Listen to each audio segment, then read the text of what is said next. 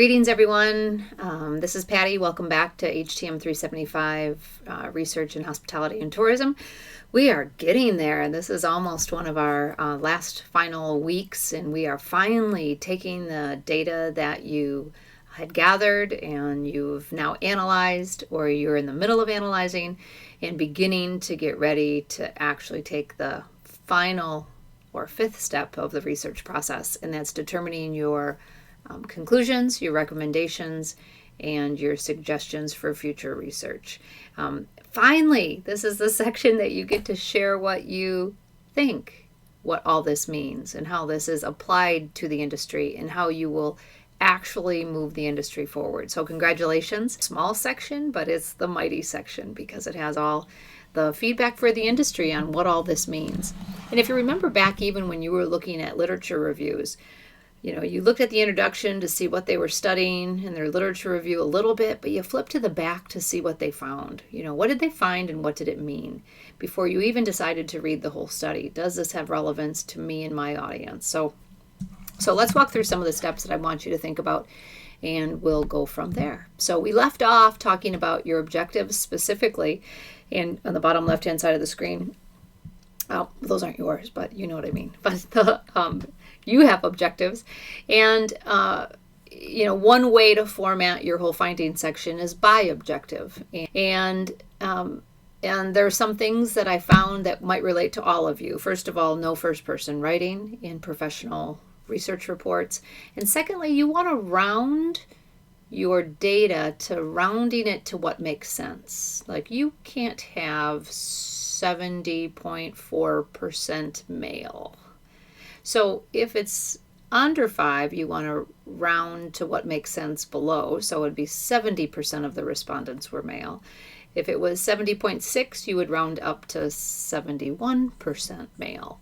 So I want to caution you that just because your analysis that you did produces digits beyond 1, 2, 3 points beyond the whole number, it doesn't mean you use that. It means you should be sharing your findings based on what makes sense to the audience. So sometimes a decimal point would make sense because there were two findings that were really close and you wanted to distinguish which one actually received one score over the other, let's say. But many times you will read some of the student reports and you should be asking yourself, could that have just been shared as a whole number? Did it need 1 decimal point? But again, most often it probably didn't need any. So that's one rule of thumb. First person, rounding, pretty common kind of first attempts at writing these sections issues. And now what you're trying to say is now pulling from the findings, what are the most important parts of the complete finding story? You presented things on every objective, but in this last section, it doesn't mean you're going to do that again. You're actually pulling kind of completely from all of your objectives and saying, what are the most important things that I've found in this study and what do I want to share with the audience who's reading it? And so when we do that, again, we take from these finding sections or even the methods. You may have learned something in your methodology that you would want to share with the audience. And from all the things that you did in this research study, what is it that you, again, want to share with others? So what does it all mean? And that's really where we're at. And again, for me, super exciting because I finally get to see not how you process research, but what you think about all of this and what it means to the industry and what you are going to tell the industry based on everything you found. So first, we got to think about who is the audience or audiences that you might want to speak to, because everything you write to has to be geared toward those people or humans or groups that you want to direct attention to. And sometimes you would even separate those. So for example, if I'm doing a study on travelers to Grand Haven, there may be several audiences I write to, and I may separate these, but some may relate to the other. For example, I might speak to the Convention and Visitors Bureau. specifically about how they market to travelers. I might talk to city leaders about the issues travelers have when they visit destinations. For example, here there's issues about parking, there's issues about transportation methods or modes. So those issues, because they're run by city leaders, would be recommendations I would have specifically for them. Economic development offices, again, travel and tourism is a significant economic driver to most communities, and to some it's the number one economic driver. So we want to make sure that we provide the right information we've learned to that audience to help them invite other businesses that would be good to the tourism product. And then finally to HTM organizations directly. This question in particular, who did you travel with, the core purpose? I would certainly want to tell all the attractions that the majority of travelers coming into the area are here for a family outing. They can consider family programming or kind of family multi-generational kinds of services versus if I was a community that really was about a bunch of friends coming to the area. If it's a friend-heavy destination, again, maybe we might be doing things for 21 and over crowds, not looking at family attractions or family activities or programs. So because this destination is so heavily that way, I want to make sure HTM organizations know that information so they can program and provide services for the types of visitors that come to the market. So your first core issue you face is, who are the audience or audiences that I want to share my findings with, because they will find it important and valuable and helpful to moving their industry forward. So with that, you need to think about that, and you can actually formally put that in your report, but it should be very obvious when you write to the audience that you're telling specific suggestions to certain groups of people. So audience first.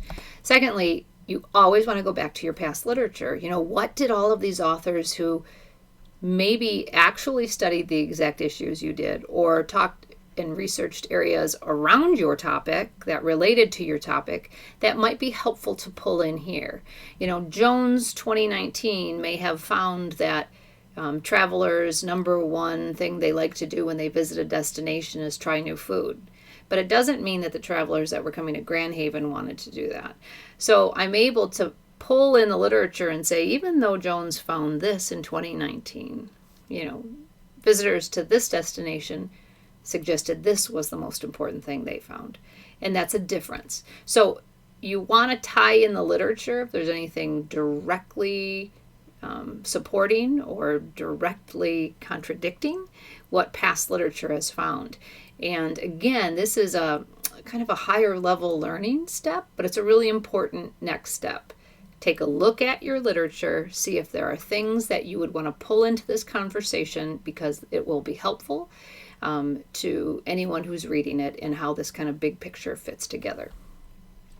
And because literature is seldom done by the industry, this is one more important reason why we want to look at past literature, is to help us build a more compelling final story in this research study. And then finally, as you know, this is finally the section that we get to put our educated opinion in. And I say educated opinion because you know more about this topic than anyone else ever. Ideally, you have studied a gap in the literature, right? Something that hasn't been studied or well studied or thoughtfully studied, and you've picked this topic because there is a gap in that funnel, if you remember from the beginning of the semester. So right now your job is to actually provide your educated opinion, take all these other classes you've been studying, all these other things related to the topic that you picked because you have interest in it and passionate about it, and it's an opportunity to do something important. So again, we say educated and not biased opinion. We're not trying to put on our own formal views. We're trying to be researchers that remove bias, have looked at this topic from past literature to currently what's happening with new collected data, and we're trying to put that all together in a meaningful way. So as we think about this section, I probably shouldn't have hit that slide yet, but as we think about this section, we say conclusions, recommendations, and suggestions for future research. And those are really three distinct sections of this final report. And I'd like you to think about it. You can present that in different ways, but I'd like you to think about them as individual issues. And it's almost as if any section of this research report could stand alone and would tell a part of the story that someone could understand if they didn't have those other sections. If I just looked at this last section, I should be able to tell what had happened, even though I wouldn't have the details about how you found your sample and the number of people, or I didn't have the details about a literature review. But I should be able to really kind of piece it together because of how you've packaged this. And it can happen a couple different ways, and I wanted to show you those ways. First, your conclusions could be alone by themselves. You could write conclusions. You just wrote about your 6 objectives and your findings. You've done it by objective and data. You've got a lot of information there. Your conclusion section, again, would be taking all of those findings and pulling out the most important ones you found. Doesn't have to be from all of your objectives at all. It has to be what you think. Again, this is your time to pull out what is most important in your findings. And with that, this person in particular just wrote conclusions, summarized everything they had found in their finding. It's kind of like a warm-up to what they're about to recommend. The only challenge with this is don't forget about no first person, because it's pretty obvious. The I's, the me's, the you's, the we's, we want to get rid of all those things, because professional writing, it takes some practice, and if you need some help, let me know, because I'll help you. But we're going to get you so you just take those out, restructure that sentence, and get rid of all those I's, we's, you's, okay? Another way you could go about it is to package the conclusions and recommendations together, okay? So in this instance, if you take a look to the top left, it says, I'm going to go to the second paragraph. This was on 2 different pages, but I snipped it this way. But it says 43% of respondents believe that social impacts of the festival on the local community are 50-50, 50% negative, 50% positive. There's a couple of things this person did well in this sentence. First of all, the rule of thumb in professional writing is if a number starts a sentence, you have to spell it out. So they did a really nice job with 43% spelling out and then put in parentheses 43%. And that was their choice because they handled it right the first time. They get to choose that. So they've taken a finding that they want to do, and they've concluding an important sentence here. And then they go on to say the people who are in charge of the festival should look at what they can do to improve the social impacts of the festival. They should also look to see how they can create a more positive relationship between attendees and local residents. So there's a couple things I really like about this too. They're talking to 2 different audiences, you can tell, which is great. And they did a nice job, again, with a conclusion and then recommendation, right? All in that conclusion. So this is another kind of fun way to write your final section. But this is where, again, you need to say as much as you're thinking. So I would have suggested to this student that they actually give some actual examples of what they would recommend. Like, how could a festival, right, attendees and local residents do something to have a more positive relationship? What would you actually suggest to the organization to do? Doesn't mean they're going to do it, but I want to see you actually create the suggestion, right? So this is conclusion, and it's a recommendation, but it could even be a stronger recommendation, okay? So as we look at different ways to go about it, you could do a whole section on conclusions. You could do conclusions and recommendations together, but you have to make recommendations, actual recommendations to the audience you're writing to. Or you can actually, again, put them in separate sections. So conclusions were separate before, and now here's recommendations. It doesn't need to be in complete paragraphs. This is in bullets and statements. It is recommended you explore other options than a no-tipping policy. Okay, but again, more specific the better. So the rule of thumb is at least 5 recommendations, at least 5 suggestions for future research, but give us more than that. Like, don't limit it to that, but you have to give. You found so much in your findings. Give us everything, and sometimes those conclusions match together. The findings match together to form a stronger conclusion.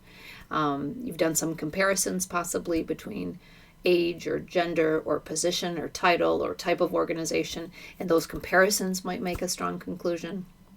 So this is just another way to do it. Again, separate them. You can put them together. Just make it very clear that you're doing both steps.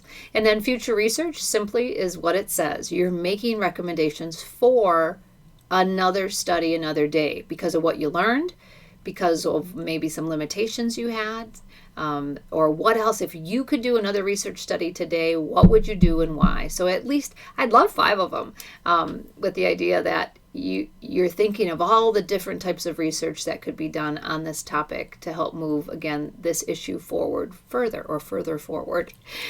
So here's an example quickly. The student said, as far as research, there needs to be a larger sample size. Well, we know that. We're conducting mostly exploratory research studies, and if it wants to be generalizable to the population, right, we would have to do a probability sampling method instead of a non-probability, which is what most of you did. And then we would have to get more people to respond.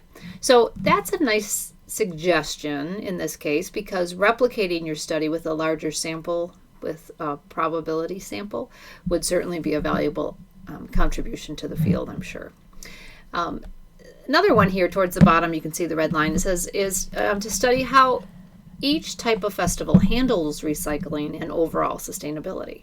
Now that's a really nice, logical, I've learned this about, in this case, recycling and sustainability, but really there needs to be the types of festivals that do it and how they vary. So that's a really good suggestion. The one in the middle is the one I just want to tweak a little bit for you. And it says another recommendation for future research is to send out the survey earlier. Well, that's a methodology issue. That's a limitation to your study, because it would have been nice to have 3 or 4 weeks to gather data along the way. Understand that, and that's a limitation because, yes, time is always evil to us researchers, right? And it would have been better for a lot of reasons, especially this semester, if we could have gotten them out earlier with all the challenge of the industry, right? But in this case, it's just what it is. What the real recommendation here is the first one, and that's do the study again with a larger sample. And you would have built in more time. So in this example, there are 2 good examples of future research. And again, my goal for you is at least 5 of everything. Just keep going, 5, 5, 5. So here's another example. And again, because you're going to have a lot of formatting options in this final research study, you can bullet point it, you can use 4 as a number, you can do some fun things with headers, and just know that it might be as simple as this. These are future research ideas, really specific, really good ideas, and well done. Okay, so finally you're drafting it all together. Maybe you have it in Word, your document, but you haven't packaged it all together to make it visually appealing for readers. And the interesting thing about our industry's research is the research that we're doing is applied research, exploratory research, right? And we want the industry to get it to move forward. We're not writing for academic journals, and in that regard, we don't want this report to look like an academic journal. Even though we're relying on those journals to help us, formulate our whole study, we don't want it to look like a journal. And part of the reason is you even roll your eyes when you see a 28-page journal article in all small font, no visuals, and a bunch of words, right? Well, the industry is not going to read that either. So your challenge here this semester is now to take this amazing research study you've done, and you need to present that in a formal report in a way that the industry would want to read it. So there are a couple of things we're going to look at this week, and then a couple more next week as you package that all together. But you have all the good stuff. You've maybe made some design elements and findings. You have all the good content in this section you've just done, and you have your literature review and your abstract, not quite written yet. We're going to do that next week too, but you have your literature review and your problem statement and objectives, and you have your methods worksheet, and hopefully you've detailed that out. Again, these sections aren't lengthy. Findings is pretty lengthy, but the other sections aren't lengthy, but they're incredibly meaningful, and they have to be well written. So there's a couple rules of thumb I want to make sure we follow, and I want you to think about the design and some resources and decide this week what tool you're going to use to help you format this final report and start building it, because you might want to gather images. You might, again, look at learning some new skills and how to do that. It's one of my objectives for you, as well as presenting this beautiful information you've gathered. You don't want to sell it short with errors. You don't want to sell it short with look and feel and design. You want people to read it so they learn it and they move forward, right? So I hope you do. as we go. So let's talk about format and design first. And there are really 3 tools that I recommend you consider using. And I know more and more students are using this first one a lot, and that's Canva. So canva.com website, again, that provides a whole bunch of super awesome graphic templates and elements for those of us who wish we were graphic designers but don't have the skill. So they have added more and more resources. Last week I introduced you to the infographics that they offer. This week I want to invite you to look at the reports that they offer in formats. At the end of these PowerPoints, I'm going to go back to Canva and I'm going to walk you through some steps if you're not familiar with it. Super simple to understand and use, but I'll show you a couple quick steps that have been helpful to me in my multi-year Canva journey. I use it for lots of things, personal things, professional things. It really it has upped my brand image and game, right, when I present things that I do. So know that Canva has report resources for you.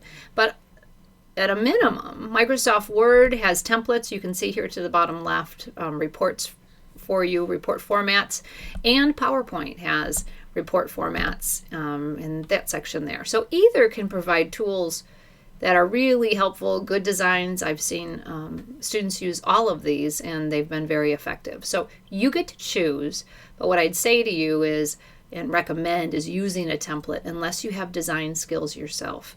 And you can look at past samples of students' reports to kind of see a look and a feel that matches the theme of what you've studied, and also the look and feel that matches your research design, look, concept, what you like as a researcher. Simple as that. It's your report, and you get to decide.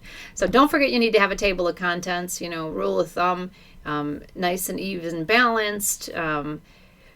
We'll talk about font size in just a quick second, but you can see several sections here, and many we've done already, but a few we're going to still work on next week. But I'll talk about a couple here. But have a table of contents. And then we want to be careful when we write this final report that research requires different verb tenses. Isn't that interesting? Some in present tense, some in past tense, depending on the section and what it is you did versus maybe what other people have done.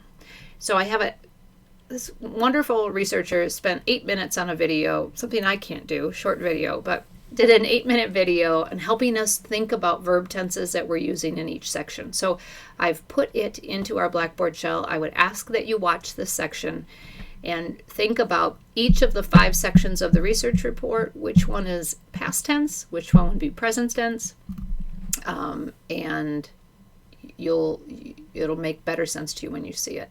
The other thing to remember is to look at actual journal articles. They've all been vetted and reviewed and edited by professionals, right? And you can see quickly which ones are in which tense. So take a look at that. Body copy is one of these issues, though. When you use these templates, I want you to be concerned or cautioned with. You can use images, like here's a little Survey Monkey thing. My head's right on it, sorry. But you can use any images you want, and I'm flexible with bullets versus paragraphs. Again, it's your design on how to share the information.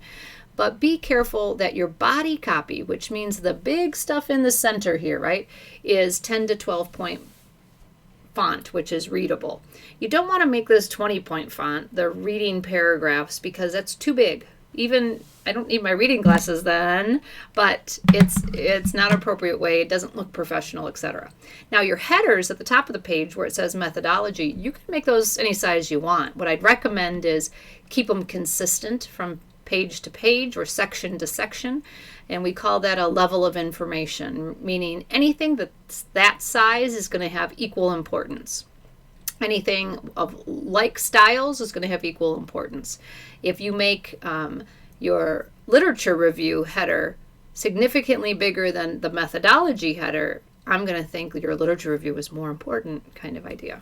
So you want to have a lot of balance and equal authority, right, in your design, but your body copy that people read should be 10 to 12 point font. And don't forget your references. Don't forget your appendices. Appendices should be your cover letter or your directions, and it should be a complete copy of your study. If you need help using the snippet tool or snipping tool on your PC or your Mac, let me know. It's to get copies of your questionnaire and have that embedded, or if you need help, again, creating this into one document. Your report should be one final document. The other thing you'll include, and we'll talk about these next week, is you actually have to create an infographic. Here's a beautifully done infographic that shares a lot of the key findings again, and recommendations, and even some of the methods.